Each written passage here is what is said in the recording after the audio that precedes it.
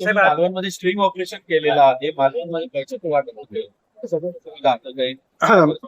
मी अनेक दिवसांपासून म्हणतोय की सन्माननीय रवींद्र चव्हाण साहेब जेव्हा जेव्हा जिल्ह्यात येतात तेव्हा एक वेगळं वातावरण करून जातात.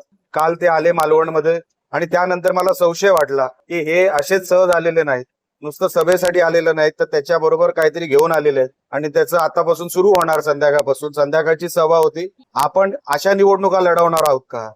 मी जेव्हा घरात गेलो, मला जेव्हा कळलं रोज 2-2, 3-3 बॅगा जो मालवणमध्ये अशी 6-7 घरं आहेत जिथे ह्या ठेवल्या जातात आणि तिथून डिस्ट्रीब्युशन होतं.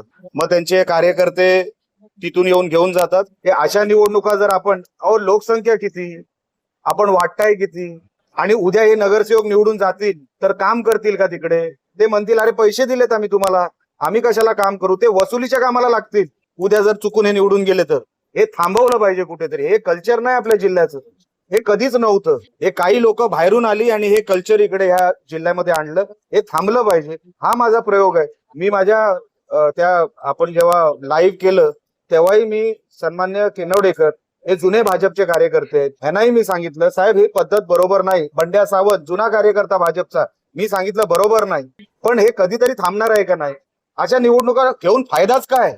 एका 15,000च्या अंदर असलेली जे काही लोकसंख्या आहे, मतदार आहेत, तुम्ही काही चालवलंय आणि आम्ही ते सहन करावं? हेच मी मागच्या काही दिवसांपासून सांगतोय ना की ते येतात, गडबड करतात आणि त्यांना दुसरं काय नाही, जिरवाजिरवी. विकासाचा अजेंडा कुठे आहे? ते आले असते. काल मालवणला सभा झाली, कणकवलीला आपलं मला वाटतं सावंतवाडीला सभा झाली.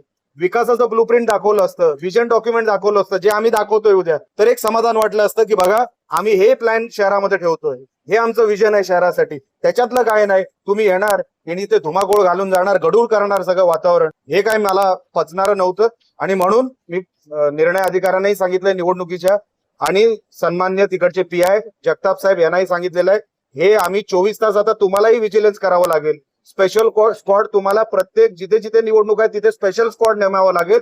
आणि जसे तुमचे विजिलन्सला आहे तसे आता आमचे कार्यकर्ते शिवसैनिक विजिलन्सला आहे. पकडलं तर जागच्या जागी बंदोबस्त करू, सोडणार नाही.